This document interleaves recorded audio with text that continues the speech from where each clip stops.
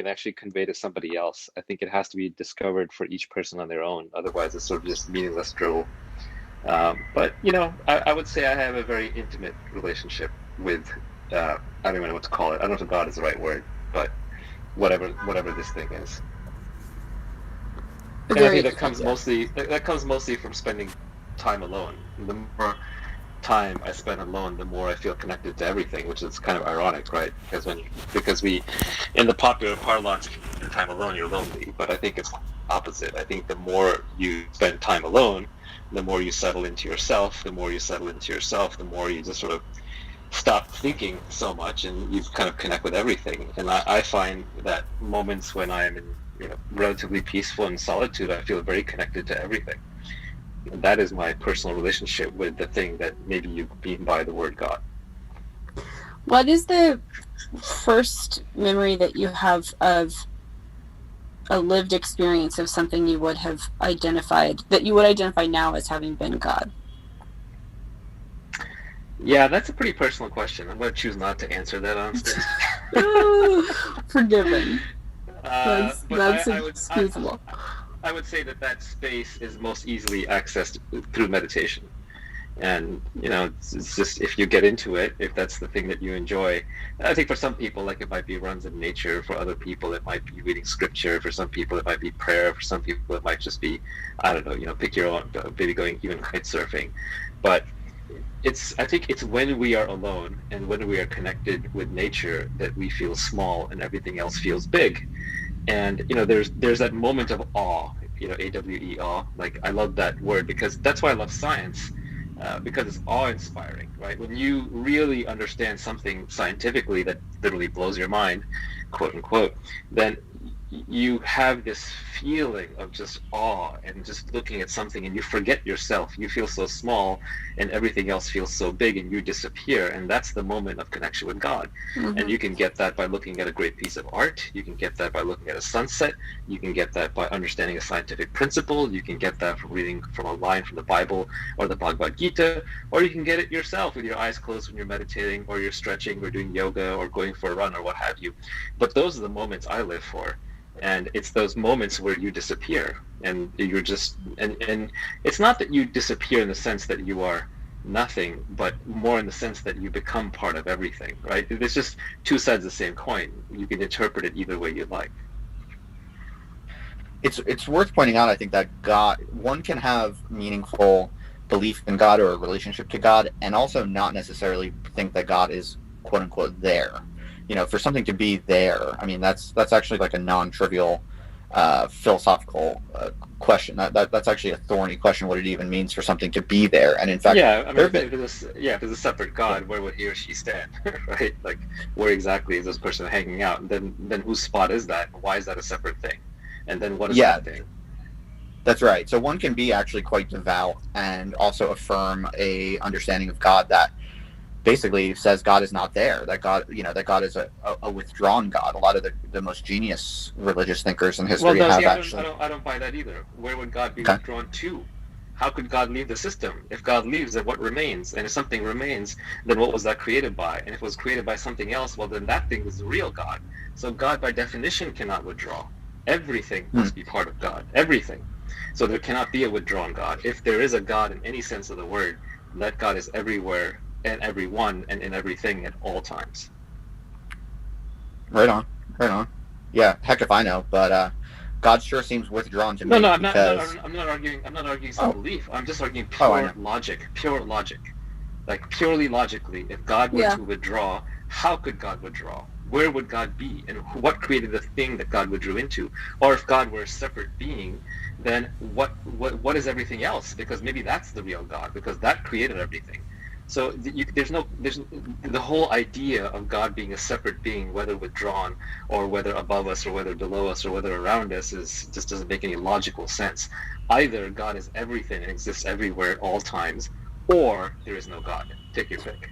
Yeah, I do think that the interesting loop in what you're saying is that God as a construct exists due to our conscious, sentient experience, which most of the time brings us out of that kind of God construct in which we are just part of everything.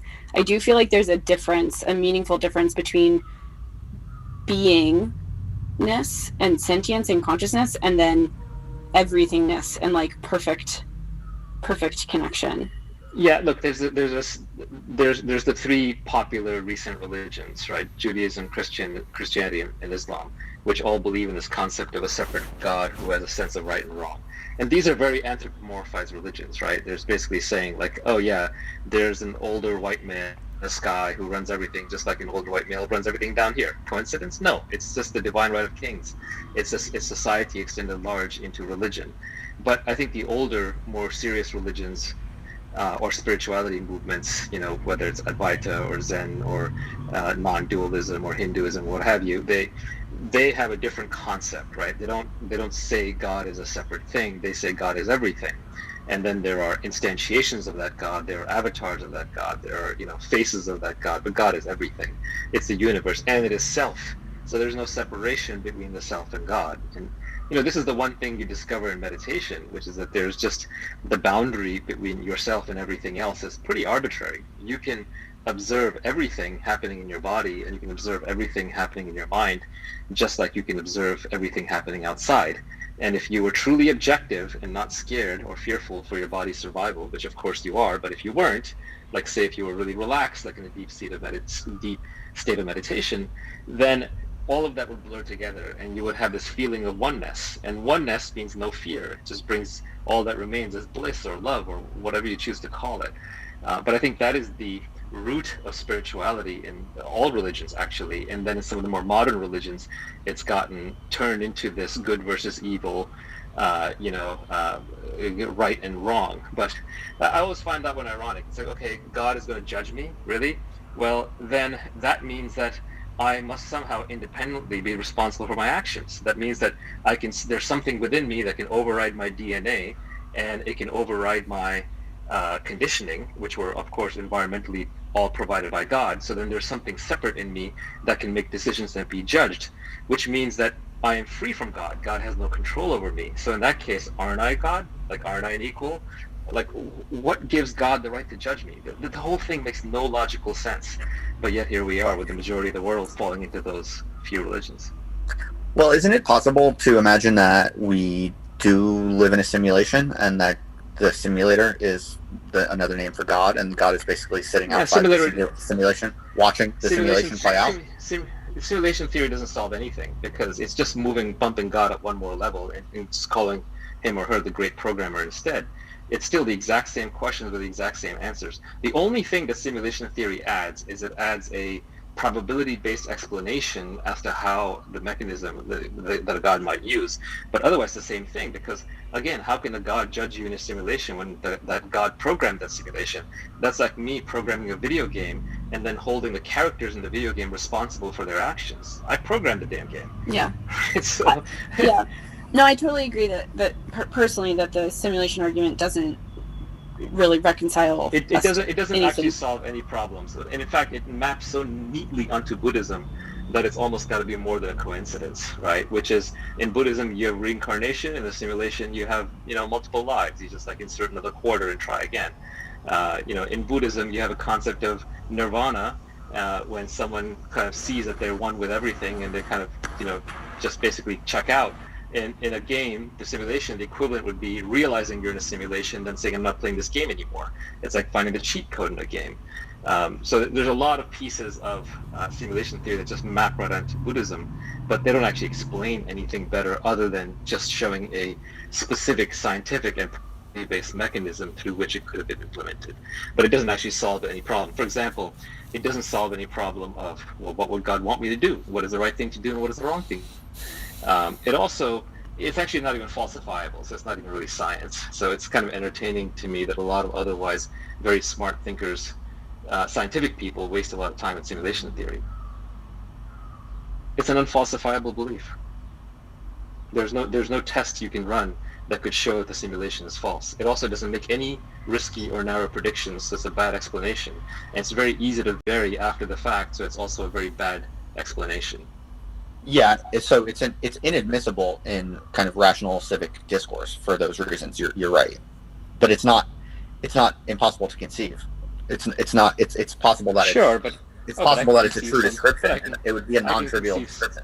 Okay, but I can conceive so many things. For example, I can conceive that instead of being a simulation, programmed by some, benevolent programmer, that it's a simulation programmed by an insect alien who's holding us, captive and milking us for blockchain codes, or hashes, or somebody else is using us for battery power. It's all a joke, or we're a kid's computer gone mad. Like, you can just come up with unlimited variations on this, all of which are equally nonsensical, and there's no way to distinguish between them.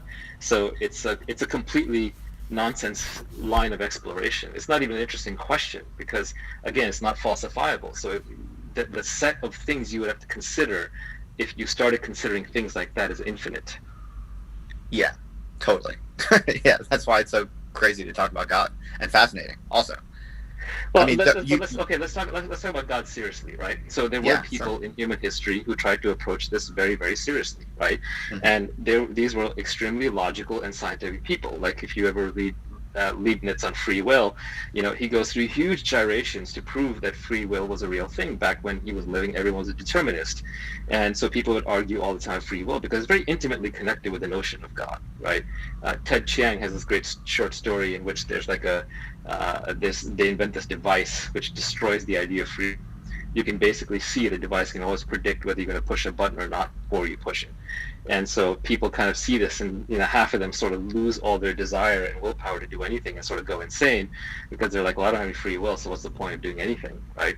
So the free will question is very intimately linked to the God question. And so great thinkers in time have explored that. And I would argue that they were considering free will before we knew about the concept of emergence and complexity. And a lot of so-called free will can be explained by emergent properties of complex beings that then exhibit behaviors that are completely different, their constituent parts. So even if you think the universe is deterministic and all billiard balls crashing into each other, an emergent creature on top can still not be explained by the constituent collisions in some predictable way, and can have emergent properties of how they behave. And then the outside actor doesn't quite know how to model that, so they have to attribute that to free will. Anyway, it's going a little aside, but this is related to the God question, because now people have also approached the God question in supposedly logical ways. So there was a monk, I don't remember if he was French. Anyway, his name was Anselm, and he came up with a God proof. He came up with the first hardcore proof of the existence of God, and it was called like the ontological proof of the existence of God. And I don't remember how it goes exactly, but the high level trick that he does is he basically says, look, God is the definition of God is perfection, and if a perfect thing must exist, or it must be imperfect, or it would be imperfect. And so because I can imagine perfection, it must exist. Otherwise, it's not perfect, and I haven't imagined perfection. So he uses the proof by contradiction, and this only works on the concept of perfection, but he basically says this leads to the existence of God. Just the concept of God alone implies the existence of God.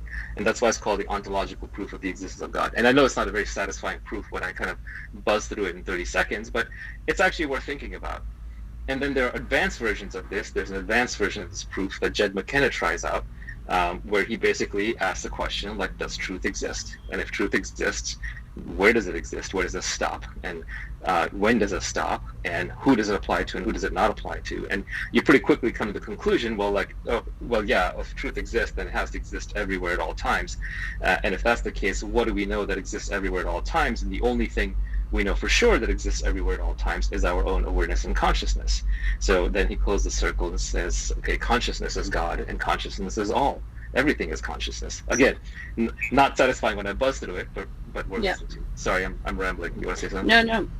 Well, I cool. definitely I want the room to be able to comment. I also want to at least bookmark that one of my, I guess, issues with Buddhism is that I don't think it sufficiently considers that being and consciousness, etc., have like tremendous amounts of constraints, actually, which are not equal in all space and time necessarily. But anyways, such as I don't want to go down my rabbit hole without giving James and Zohar the opportunity to talk. So I will come back to it. That's fine. No, you can't escape. We're really. I think we're. No, you should go down this rabbit hole. I'm fascinated by this. Okay, I have a very bad interpretation of the East of Eden that I can share, which is essentially about the necessity of the fall in order to experience God at all. Right? There's, the kind of foundation of Judeo-Christian thought, or at least the first story in Zohar. And James, please hold me accountable to this. Is one where the first decision that man makes is to fall. But of course, God knew that we were going to choose to fall. We chose to fall because we wanted to know about the difference between good and evil, and in that sense, be like God. But God had also created us in His image in the first place in order to glorify God. Right? There is some constraint whereby God required us to kind of accomplish his glorification, and so my bad wrecked interpretation of this is basically I'm gonna lose my place, guys, is basically that in order to glorify God or experience God in any capacity at all, it was necessary that we fall from God and have some distance and separation. And I do think that the vast majority of our lived experience as conscious beings, we are apart from God, right? Like Naval, your experience of this oneness or this everythingness, these are like very, very small parts of our experience. They're not really like permanent states. But I do think you can have it. You can have it as much as you want. Just sit on a cushion and close your eyes and meditate 8 hours a day. You get bored now, and that kind of brings us to your point, which is we leave Eden so that we can experience something. And I don't think Buddhism differs from that. It basically says we're all oneness, we're all perfection, we're all God, but that's boring. So what's missing is surprise. What's missing is something interesting. So whether you want to call it a simulation or whether you want to call it forgetfulness or rebirth or reincarnation, but we break ourselves into little pieces and we forget about each other. And we forget that we are everything. And so that's how we have some experiences, and good and bad and up and down, so we can have a subjective experience. But I don't think we can subjectively experience our own everythingness. Like I think that's kind of part of the bit, right? Like God already had angels, and again using the East of Eden notion, there's already nominally there's lots of stuff outside of humanity that already exists in the cosmos, right? But which has no sentience of its own existence. But the thing that does have sentience of its being is itself the only thing which has constructed God. And that doesn't make any sense. So that's basically saying that there is God and stuff, but then there's other non-sentient stuff outside of God. Well, who made that? If you believe in one miracle, you got to believe in all of them. Like if a God exists, how do you decide where to stop with the whole God thing? Why do you decide that God's power only exists to certain things, and then after that is non-sentient stuff? Yeah, Wouldn't God just absorb everything? My conception of God is also right? Yeah, no, my conception of God is also that it is everything, and I think we share that in common. I think the thing that I take more issue with is Buddhism itself, and the construct that the way to achieve a connection with God is by sitting and trying to meditate on the everythingness, which is actually core to our nature, because I think our nature is finite. Our nature is being. Our nature is this sort of embodied material consciousness that constructs and develops a relationship with God. The Buddhists would argue you're misdefining what you are. You're thinking of yourself as Maran, the monkey, the female monkey wandering around and living the life of Maran, and the Buddhists would say, no, actually, you are consciousness itself. You're the awareness around Maran, and you've tricked yourself into thinking you're Maran, and if you just meditated long enough, you'd figure that out. So that would be kind of their response. But that said, I don't think there is such a thing as Buddhism. Like, I know there's like a bunch of random books and beliefs that get packaged under Buddhism, and there was this guy, the Buddha, but I don't think he really was a Christ-type figure. Like, I don't think he really cared what you thought or what you did, because there have been many, many, many, many Buddhas, right? That is one way in which that kind of whole system is very different than the Western system, which argues over prophets and, kills each other based on which prophet you believe in. But there are many Buddhas alive today. I've actually met a couple. I've met at least 2 people, and I know it's a strong statement, but I feel it's true, and I've tried to verify for myself, who are essentially quote-unquote enlightened. And you've probably seen some of these people on YouTube, right? Everyone from Muji to Rupert Spira to, I don't know, like, maybe Osho, probably Jiddu Krishnamurti, right? There are a bunch of these floating around. So there have been, and there always are, multiple so-called Buddhas, but it's not a big deal. It's not that these people can work miracles or like fly through space or anything. It's just they have a persistent experience of no internal self, and so they're completely objective at all times, and they sort of hold themselves in very little regard, have very little ego except for their basic evolved instincts for survival, and so they kind of just operate on this perfect, happy, blissful plane, and so they actually exist. So I think that's one thing that's a little different. And I think another thing is none of them are selling you anything. None of them are claiming anything. If they're selling something, then they're not the real deal. But what they're saying is come see for yourself. Yeah. Right? You can check it out anytime. Yeah. How does this feel consistent or inconsistent with what value or credit we should give to like or the experience of good societies, for example, or our call in the world? I'm again going to botch shit, and James and Zohar, I would love for your contributions here, but my understanding is that like the highest form of giving in or my understanding of Judaism is that it takes a very contrary approach to something like a Buddhism, in that it cares very much about the like volitional act of and work that we do in the world. Zohar, do you want to back me or refute me in this notion? I'll go along with it. Sounds good. Cool. The thing that I, as in my like Judeo-Christian Western stance, love about this is that there are, and having been raised a Christian, right, the notion of like that which ye have done to the least of my brothers, you've done to me. I think there's a lot that comes from a respect for the finiteness of our being on this earth and the materiality of our experience that has created societies which can feed people and replenish them in ways that feel meaningful. And at least insofar as I guess maybe your concepts of God maybe are above notions of goodness and evil, which maybe makes this different than for me. Good and evil are human and societal constructs. To a tree there is no good or evil other than like if the tree gets knocked down, right? If it watches like Cain killing Abel or Abel killing Cain, the tree doesn't care.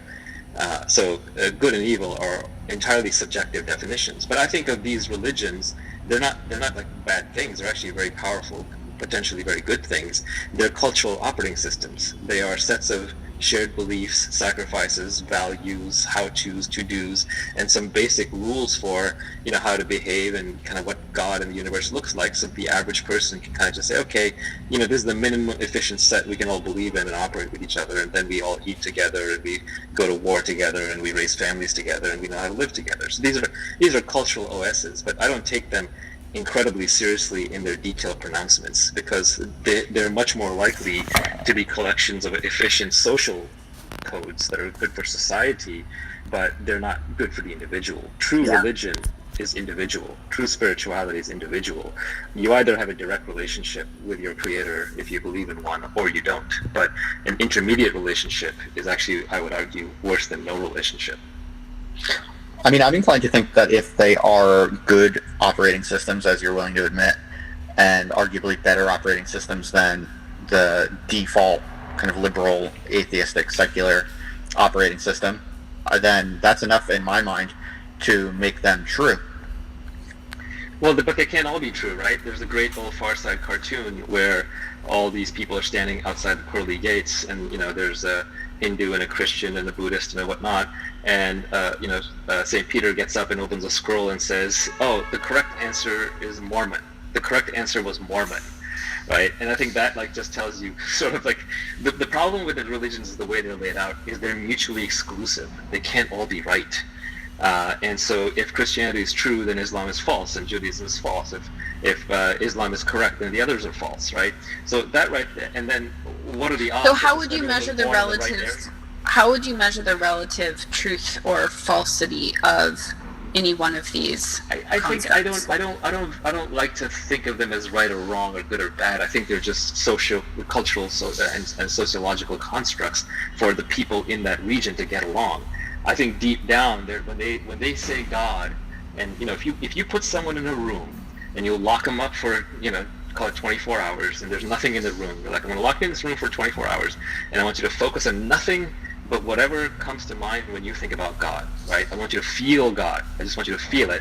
I think they would all have roughly the same experience. I don't think that some of them would be like, well, God wears white, and somebody else would like, God wears black. I think they would get past that pretty quickly, and as soon as you try to feel it, it's one of those indescribable qualia, right? Like, it would just feel like it's like a similar kind of thing. And so I kind of keep going back to, I'm not here to judge Judaism or Christianity or Hinduism or Islam, right? They're all fine in socio-cultural context.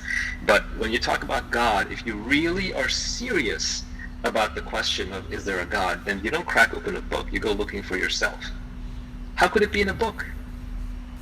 If it was in a book, totally. That means some monkey wrote it down. And if some monkey wrote it down, well, you're a monkey too. You can write it down. Your viewpoint is as good as theirs. And if somebody came to you and says, hey, I saw God and God wants X, there's no way you would believe them. So the only way any relationship with God works is a direct and personal one. And if that's the only way it works, then why does what any book say have anything to do with it? Can I just pop in here? Please. This is so awesome. I'm loving this. My question is, let's grant your premise that God is everything. Why is it that so few people have come to that conclusion? And the second part to the question is, if in modern times more people are coming to that conclusion, why is modernity, or why is our moment better suited to that discovery? Is there a metaphysical explanation that, as it were, being wants to be known, wants to be discovered? Or is it just chance, just random, that Spinoza thought God was everything, and yet that conclusion came to him alone? Hegel thought that he was at the end of history, but nobody else in his moment, except for him, had that thought. Yeah, first of all, I'm not the first one. I'm probably the billionth one, or somewhere in that number range, because there are entire belief systems, including a lot of Hinduism and Buddhism and Advaita, and I'm sure there are other Chinese equivalents which sort of believe that. And I think if you were to ask a child, if you were to try and define God to a child without referring to an existing religion, you'd probably end up with something a lot like a definition of God being everything, because even a child would point out, well, is God that flower? Well, you'd probably have to say, yeah, God has control over that flower. God created that flower. Basically, if you believe that God created everything, then that's the same as God is everything, right? Because He created everything. So is there a teleology, though? Is there something in the universe that's hardwired to having more and more people discover that God is everything, that wants us to be individualistic? There's some destination, some end of history. I don't know. I mean, I think that's the kind of, first of all, it's too academic. It's like, what difference does that make to me? If I want to find God myself, I'm going to find God myself, right? What other people's problems is playing the social game again. That said, I don't think it's any easier now than it has been in the past. We have more distractions than ever. And it's like people want to live forever. Everyone wants to travel the world. Everyone wants to eat every kind of food. People can't settle down because they can date everybody, right? So we have more ups and downs and distractions. We're addicted to our phones. So I think the amount of time spent in solitude is going down. And I think finding this kind of true spirituality is only possible in solitude. And even like spiritual groups, they're mostly about meeting new people, having sex, making money, right? They all degenerate to having parties. So if you go into any meditation group or yoga group, right, very quickly it turns into exercise. Or even like if you go to a prayer group, right, it's much more becomes about the sociological and cultural aspects. If you were really, really, really, let me just make one point here. If you really thought that there's a strong possibility that God exists, and if you had thought that through, you would realize that there is nothing more important in your life, and I mean absolutely nothing, than establishing a connection with that. And so once you come to that realization, you literally wouldn't leave the house. you'd say no to everything else, everything that it didn't take to survive until you figured it out. So all of us here are just, mental masturbating about what God might be. We don't really think God exists. Or if we do, we're scared of it, or we're just kind of lost about it. Because if we really thought that, we'd be working hard on establishing our personal connection. I mean, I'm not so sure about that, just because I know that some extremely smart people in the history of religion who have, themselves, whether we believe or not is quite apart from the matter, but just very smart people in history have deeply believed in God, and then also felt very convinced that God called them to go out into the world with that. And so, just on face, I guess I don't quite see what you're saying. I don't see why a deep connection with God would not possibly call someone forward out into the world. No, I'm not saying you necessarily have to retreat, but I'm saying if you felt that God may exist, you would want to confirm as much of that as possible for yourself. That would be like your top priority. So I think what you're talking about is people who had the belief, and then once you have the belief, you kind of say, well, what's the point? Well, I probably put myself here, or something that I believe in put me here, so therefore I'm here for a reason, so let me go fulfill that reason.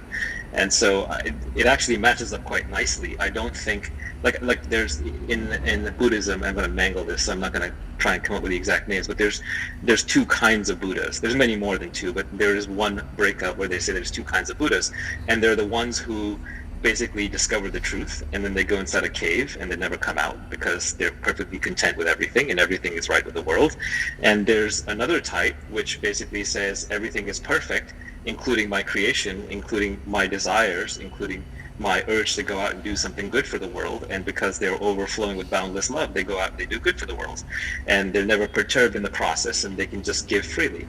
And both are equally valid. But what's interesting is there's no end point in Buddhism where someone basically, discovers the truth and then turns into a stark raving serial killer type lunatic, right? That just doesn't happen. And it's sort of interesting to reflect upon why that may be the case. But those are the two kinds of Buddhas. So I think your model of people being active in the world is very compatible with believing in God fiercely. Right. I quite liked where Zohar was going a moment ago with the sort of the natural history of religion. I mean, it is compelling what you say, Naval, about the thesis that God is everything and everywhere, but it is kind of curious that this idea or insight only comes quite late. It does take modernity. It does take someone like Spinoza to really systematize this intuition. And so this is the oldest thing, man. The Vashista Yoga, the Ashkavatra Gita, the Bhagavad Gita, that's what all they're saying. Lao Tzu, the Tao Te Ching, this is really old stuff. So no, Spinoza is very late to the game. Very, very late to the game, I think. Western philosophy in general is very late to the game. So I think you're correct in that's very late in the development of Western society, but in Eastern, this is way back to the origins.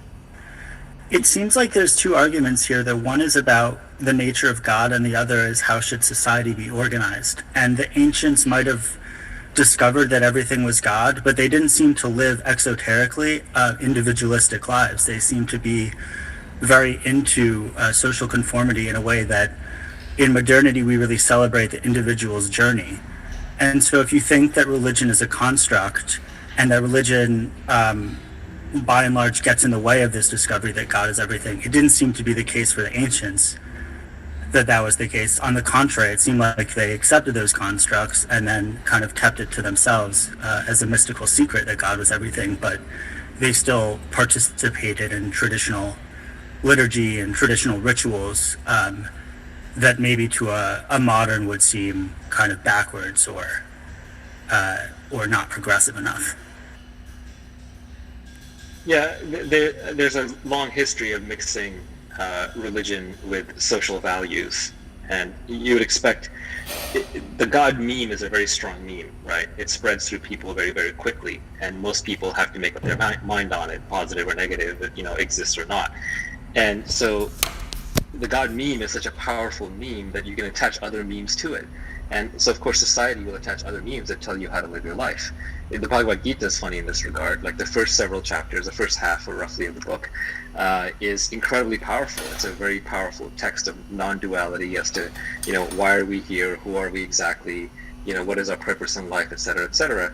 And then somewhere around, chapter 9, it flips into, be good to your parents and make sure you work hard and don't commit crime. So it turns into like a social text, and it almost, I know some scholars have wondered, like, did it get hijacked and extended after some point because the original author is anonymous or lost in history.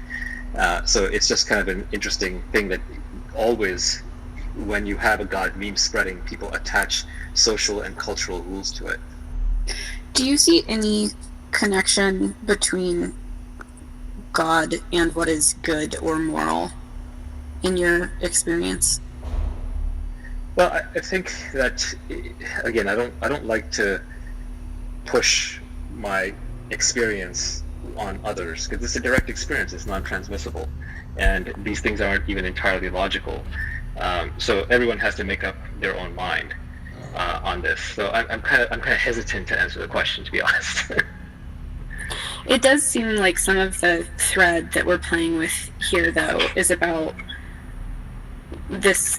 There's this notion of an ability to experience the everythingness, which is us, and to kind of transcend our own egos for that, and that experience as being an experience of God, and that being the foundation.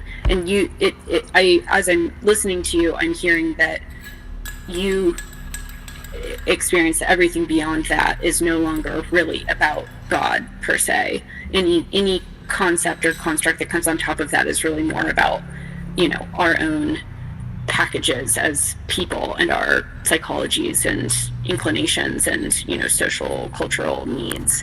Well, part of the problem with discussing this topic is that God is not only beyond words, God is beyond the mind altogether. Because if you believe the construct, or if you accept the construct that God is everything, then by definition you can't experience it fully, right? The mind divides. That's what the mind does. It analyzes. Analyze as it means to split.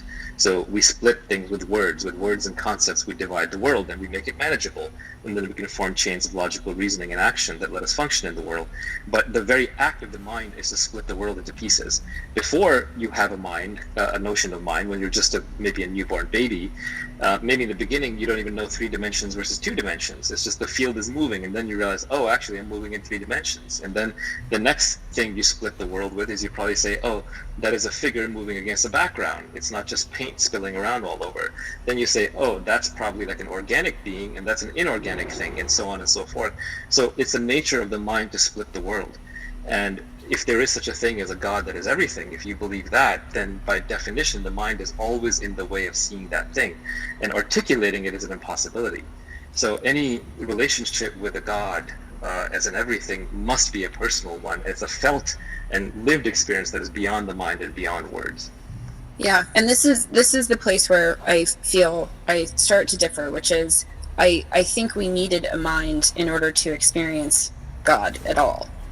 And outside of mind, how is there an experience of God? So I understand that there's a relationship there where you achieve your own smallness by stopping with the mensing, and that the mensing is oftentimes what gets us away from our relationships to God. And it strikes me as a necessary piece of our minds, however limiting, are also salvific, in that they make it possible to reason about the concept of everything in the first place.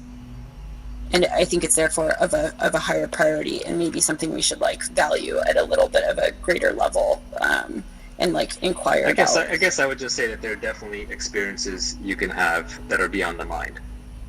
You can maybe Totally. without getting prescriptive about it, you can have experiences where the mind itself is still not active within those experiences, and those are very interesting experiences. Yeah, I definitely agree with that. And I guess where does mind fit all of this, and how critical is it? And the Word was with God, and the Word was God. John, in writing this verse, does this really lovely thing where in the beginning was the word.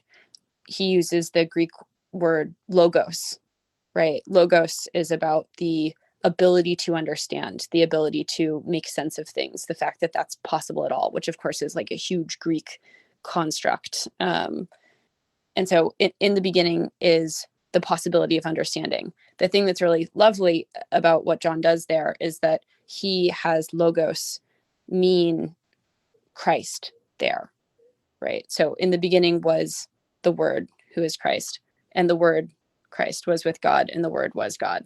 And the thing that I really love about this idea is that John essentially put Christ as the salvific character, which allows us to have a relationship with God through an ability to reason, which I find quite lovely. Yeah, I have to be careful talking about religion. At some point, I'm just going to get canceled over it. So, Naval, you're uncancelable. This is what are you possibly going to do or say? no, I mean, I just have a hard time taking any religion story seriously that involves specific people. Well, I don't think you're going to get canceled for that. Why that one? Why not Frederick? I don't think. Yeah, I don't but think anyone. Why not Frederick? You know, why not? Yeah, why not Timmy? You know, lots of people. Anyway, I'm not going to go there. I don't think anyone gets canceled for that nowadays. I think that's a very high status view. That's the dominant view, I would say. Yeah, fair enough. I don't want to step on anyone's treasured beliefs. I would just. Oh no, say we're that cool I, here. I just, we're cool here yeah. with anything Yeah, goes. just between us 6 friends, right? Yeah, just between us 6 friends. No one else is Scope listening. the title, Naval. Scope the title. Yeah. Well, something that's come up a little bit is that, you know, I think we in Western culture, we have this strong civic tradition in which only rational deliberation is considered legitimate public discourse, and that there's a lot of merit to that. There are very good reasons why we have kind of evolved norms around not making claims to revelation in the public sphere. But the fact of the matter is that people do have all kinds of weird and interesting personal experiences, as you were mentioning before, Naval. And I think it's an unfortunate fact that public intellectuals in the West always want to stop themselves short of simply talking about those experiences and categorizing them, sharing them, revealing them, and just trying to compare notes on them. They don't want to look stupid, right? Because exactly. Religion in the intelligentsia is associated with stupid people, and so there's a fear of being ostracized, a little bit of imposter syndrome. Like, oh, if I go out there and start talking about God, they're all going to think I'm stupid, but I really want to be seen as smart because I went to Harvard and I got a degree in psychology, and all my friends are atheists, right? But the reality is, they all have religions. Everyone has a religion, right? Whether it's progressivism or whether it's MAGA or whether it's Islam or Judaism.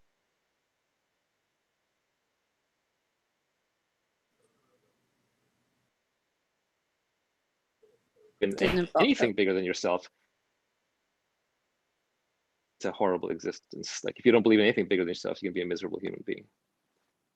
Sorry, is my connection bad? It keeps flashing. Yeah, I think you cut for a second, but I thought it was just me. That's what God said. God is here. Oh shit. He showed up. We were hoping. Justin and I beforehand were like, maybe he'll show up. Damn, this actually worked. Nah. Yeah, so I don't know. So I think that's a shame, though, that public intellectuals in the West disallow themselves the freedom of at least just comparing notes on the different experiences, insights, intuitions, hunches, hypotheses, because in some ways it is a betrayal of the real intellectual vocation. In some way, the true public intellectual must report the full data set, and if that data set includes anomalies and weird experiences and feelings and hunches related to the supernatural or the non-material, then we do ourselves a disservice, I think, as thinkers, to not go fully into all of those nooks and crannies publicly and analytically. Well, I think religion was the name of God was taken in vain so much and used for so many horrible things in human history. that, so many inquisitions and so many genocides and so many wars were fought over God, that I think at some point when we had Enlightenment era values, and I'm not talking about Buddhist enlightenment, I'm talking about like Renaissance enlightenment, with the thinkers, where we elevated pure logic and reason, then human society started making advancement after advancement and progress after progress, especially in science and the material world, that we just don't want to go back to that, what seems like almost like a savage religious world. But again, I would argue that the religion that people are now discovering is a personal religion, right? It's like a direct relationship, because you're always going to ask, hey, why am I here? How did I get here? What's the point of all this? Wait, if I die and all this goes to zero, like, what am I supposed to be doing with my time? Why do I feel unfulfilled, right? These are like such basic questions that they're never going to go away. And so people are always going to find an answer to those questions. And whatever the answer is to the deep-seated, long-standing questions, whatever the answer is, that's what you call God. So it is built within us, this instinct to find the answer, to find the meaning. And I think that organized religion did a lot of bad stuff, and so now has a bad rap amongst the intelligentsia. But I think personal spirituality, people are finding it. And if they're not, then I feel bad for them, because it's a tough life without some personal spirituality. It's a very meaningless and empty life. Luther, that way. Luther was very into the personal relationship with God, but he also was very skeptical of his own ability to connect with God, because he had the view that human nature is fundamentally distorted. And then we moderns, following Rousseau, kind of flip it. So we have the individualism, but we start from the assumption that we're fundamentally trustworthy and good. And I'm wondering if you take a stand on that. Should we err on the side of believing our own experience, or should we be skeptical of ourselves? Like, there's this phrase, spiritual bypass, that's sometimes used to talk about people who claim enlightenment or think that because they've had one good experience that now they've figured it all out. Are we in danger of overemphasizing our understanding of God because of this Rousseauvian legacy? Should we be more Lutheran? I just wanted to mention, and hello everyone. Also, please forgive me for being a little tired tonight. We can't hear you, Jacob. You just got you sounded fine, and then you got very soft. You must have covered the mic. Am I still here? You're good. Go ahead. Okay. Yeah, I was covering the mic. The Christian tradition is sort of fractally non-dual, and that the experience of God is, in one way this shows up, is that the experience of God is both an individual and communally mediated thing. And the individual component of that is a source of dynamism and reform. We have like the monastic tradition of the saints. We have people that go out into the desert by themselves and experience God, and they talk about God in a new way to the community when they return, and they become the source of a lot of fresh energy in the system. But it's also communally mediated, which keeps people from going off the rails, from turning into antisocial delusions. And so I think that there are also like more powerful experiences that are available to socially mediated consciousnesses that aren't available when they're fragmented. So a purely individualistic spirituality seems to me an impoverished one. Anyway, I think I Mike, drop off the night. Yeah. Thanks. Bye-bye. Thanks for showing up. Bye, Naval. Yeah, I feel that, Jacob. I think that I would like to ask Naval if he was still here, like, where did he get the ideas of how he approaches his spiritual experience? If he, it comes from a certain set.